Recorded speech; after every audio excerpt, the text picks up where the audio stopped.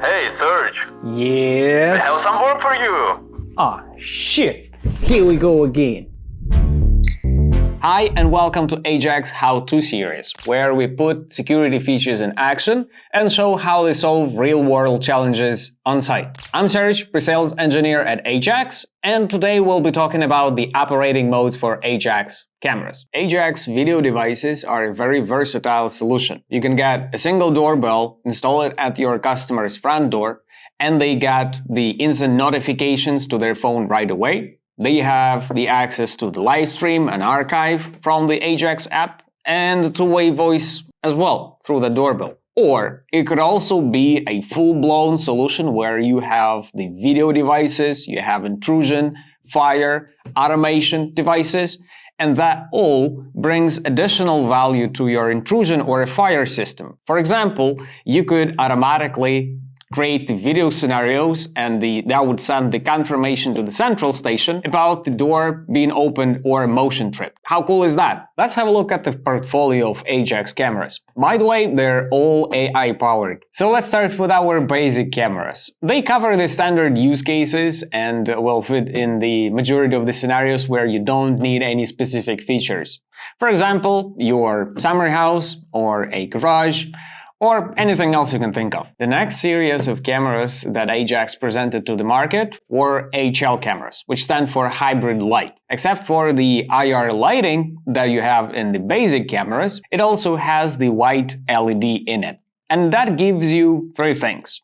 First, this is a deterrence feature. When somebody is approaching your camera in the absolute darkness, a beam of white light might also bring some right thoughts into the intruder's heads. Second, that will also give the additional details on the footage, because with the IR lighting, it's black and white. With the white LED, you can also get some colors of the clothing, colors of the car. So this is more details for a potential investigation. And lastly, how I use it myself, I have it installed in my underground parking. So it serves as an additional source of light when I'm coming home late after this video shooting. After the HL cameras, we also presented the HLVF cameras that stand for hybrid light, very focal. So it has all the features of the hybrid light, but it also has a configurable focal distance that makes it flexible solution for the dynamic environments where you need to change the focus maybe every day. All the cameras have the inbuilt microphones. You can also connect a third-party devices like a siren or a strobe to it. Also, the HLVF cameras are equipped with the terminals for connecting alarm inputs and outputs, and also audio inputs and outputs, and then trigger them based on your own scenarios. On top of our Ajax wired cameras, we have Ajax Superior HLVF. What's so special about it is that first, it has the motorized PIRIS lens. That'll give you a perfect image even in the harsh lighting conditions. Second, it also is equipped with more powerful hardware for better AI detection. And lastly, we thought about our installers, and since we heard a lot of feedback from the market regarding the pigtails, and also it comes with the junction box, which is also a speaker. So you don't need to have or to search for a third-party speaker to connect to your camera. It has a two-way voice out of the box. By the way, let us know in the comments below, what are your favorite features in Ajax cameras and maybe which features we are currently liking. We very much appreciate your feedback. Besides from our wired cameras, we also have our Wi-Fi video devices. And the first one would be the indoor cam. This is an indoor camera that you can tell from the name, right? It is designed for super easy install. You can mount it on a table, on the wall, or in the ceiling. It's super flexible, and it just needs the power supply. You just plug it in and connect it to your Wi-Fi, and it works. Also, indoor cam is equipped with a PIR sensor for more accurate detection. But you know what's the most interesting is that Ajax might be the only manufacturer who supplies their Wi-Fi video devices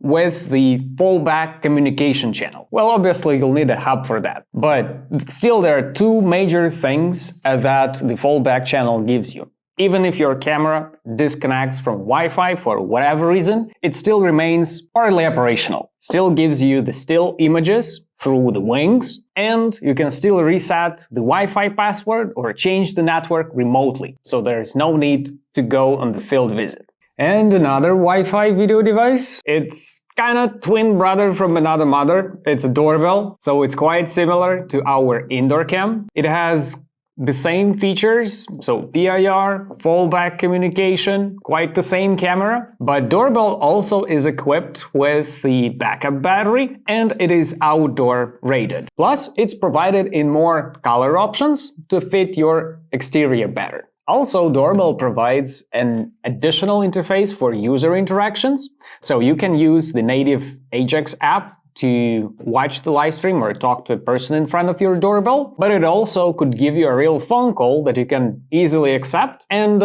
make any actions further from that point. Perfect news, guys! I have the easiest way for you to get this bet for free. Subscribe to the channel, leave your comment, and I'll pick the one I like the most. But let's get back to the topic of our video, the operating modes.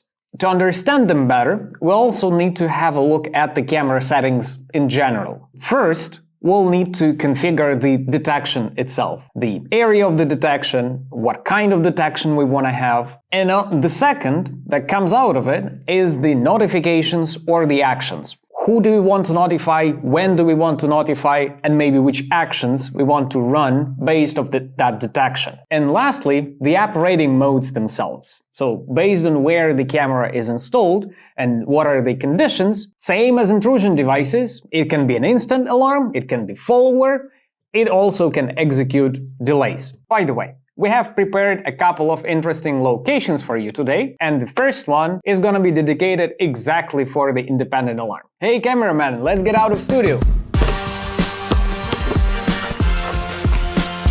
Hey, what's happening here? Damn, it's hot like a stolen shotgun in July. This guy's not supposed to be here. Let's go check out. Hey man, you know we can't park in here. Have you recognized the location already? That's the one from our previous video, and as I said, it's gonna be super dynamic. So right now we got a different challenge. As you can see, since the last time we have a pedestrian zone here, and what we need is to track the access for the vehicles. We only want the service ones to be able to enter this zone. And this is a perfect application for the independent alarm on our camera, which is installed right there. The notifications from this camera will go to all the guards on the location, making sure that the unauthorized vehicles don't appear in the pedestrian zone. Let me also show you how that works on the app, so how this use case is configured. And it's pretty simple, so we actually just need to care about three things. The first one is detection itself. So for this application, we don't need human or pets, so we can disable those models entirely. And we also need to adjust the activity zone a little bit, because here the camera will also cover a part of the upper parking. And we don't necessarily need it. So in this case, we need to remove this portion out of the detection zone. The second is the notifications. So we want to make sure that the notifications about the vehicle detections are sent to the guards 24/7. So we set it to not only when camera is armed, but to always. And lastly, the alarm response. So we need to set the camera to the independent alarm to make sure it doesn't trip any other devices in the system. That's it. Hey, buddy, what are you doing here? Let's move on to the other location, guys. I know what this is about. Now we are at the warehouse with a lot of expensive equipment. And these two cute babies are also guards. They work together with our superior camera, making sure that all the stuff stays here where it's supposed to be. So why are we using instant alarm here? It's because we have also a bunch of other devices installed, including the sensors and also sirens. So in this case, we need the camera to push the events to trigger the sirens as well. Let me take you real quick in the app through the settings. Essentially, there are a couple of things. First is the operating mode itself. Let's set it to the instant alarm. And then next goes the detection again. So here in this case, I don't have any vehicles, so I can disable this. And I can also keep the paths, because I will not enable any notifications from them, but I still wanna see those beauties on the archive. And now the notifications, that's the last part. We just need it for the humans, and here the instant alarm would also allow us to activate the sirens upon the detection. We could also use the alarm output on the siren if we have any strobe or anything else, because this is a superior camera that allows you to do it. And also this camera is equipped with the speaker. I can do the same thing I do on the doorbell, just click on the talk down and talk to myself. That's myself. Wow, the time runs so fast. I really need to run. All right, guys, looks like we are done on this location. Now I'm headed to the rental summer house, where I'm hopefully gonna have some rest.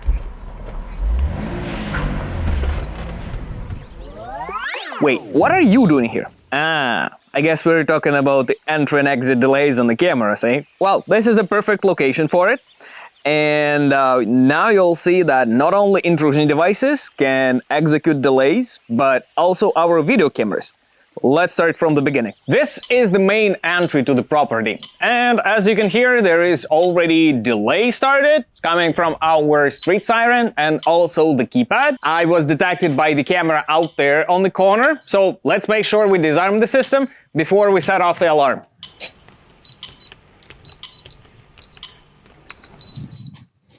Okay, that's done.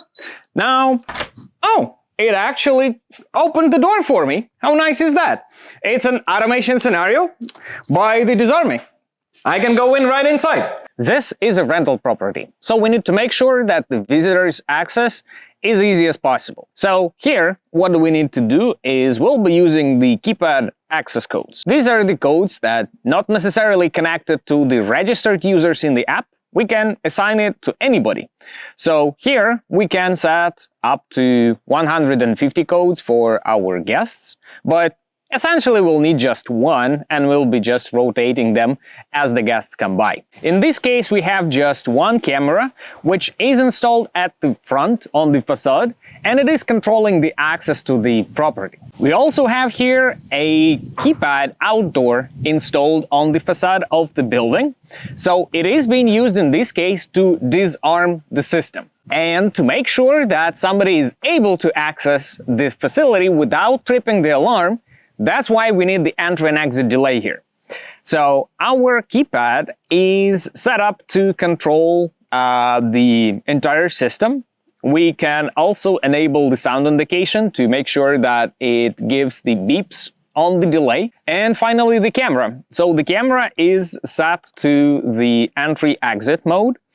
That's configured in the alarm response. So here we can say that the entry delay is going to be 100 seconds and the exit delay could be even longer, could be 120. So as the guests might be visiting the location for the first time, it might take some time for them to figure out where is the keypad, where to enter the code. So we can give even a longer delay, up to 255 seconds here. And finally, a couple of the rest of the settings for the cameras. For the detection, we have everything loud, because there will be pets and humans and vehicles passing by. We only have the inside area covered. And the notifications are only set for humans, because that is the major thing we care about. We can set it to be an alarm and even also activate the sirens upon the detection. All right, that's gonna be quite it here. I'm gonna go back to rest, and you can go home, Mr. Cameraman. No, I guess I'm going with you. Now we're at the jewelry boutique.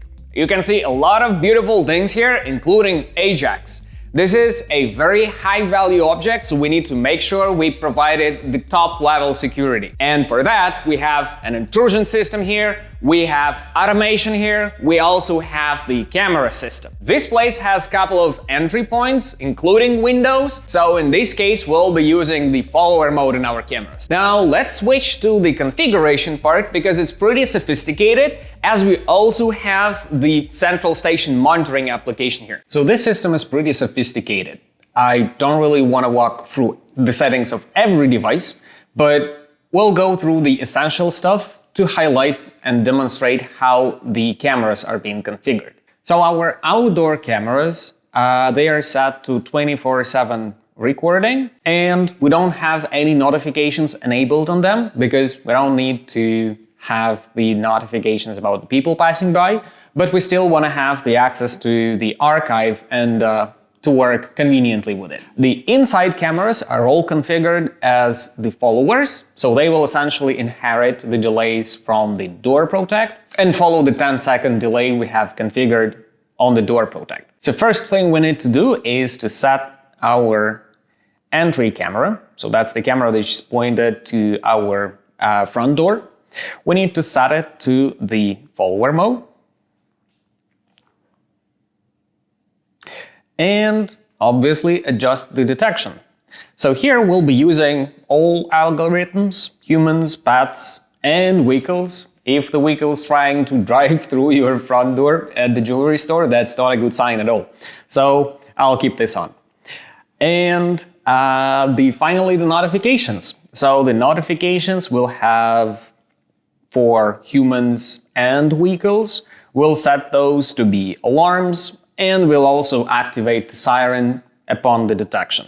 One of the interesting things on this system, again, it's pretty big, but a few things I want to highlight is that we also have a fog machine installed at this store. If you're looking for more info, check the description below. And finally, our cameras will also be sending the notifications to the central station as the rest of the intrusion part. So to make sure it is done properly, we need to enable a couple of settings at the bottom of the camera settings. So here we need to make sure we assign the proper zone number. Usually we can start with 201, and we just need to make sure that we have this toggle on to send the notifications to the CMS. And that's it. The notifications settings that you've configured will go to both places, to the user and to the central station as well. So now the theoretical part is done, let's move on to practice. Obviously, the daily operations for this stuff must be easy and convenient. So the manager comes to the boutique, they open the door, they put the keypad code in, disarm the system, and start their daily work. So maybe somebody is gonna buy a ring here and make a proposal, we don't know. So that is a good case scenario. Now let's talk about the bad one.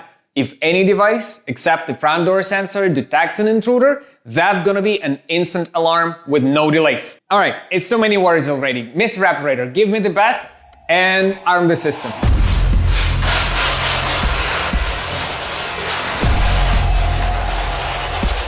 Well, now you know how operating modes work. Thank you for watching till the end. Don't forget to subscribe and leave your comments below. And a couple of thoughts for you. Always test your systems. That's the only best way to figure out how it really works, and that's the way to find the best value for your customer. And also check if your central is already providing the video alarm verification. It is a great opportunity. Thank you for watching Ajax PRO. Stay tuned for updates, subscribe, comment, and see you next time, guys.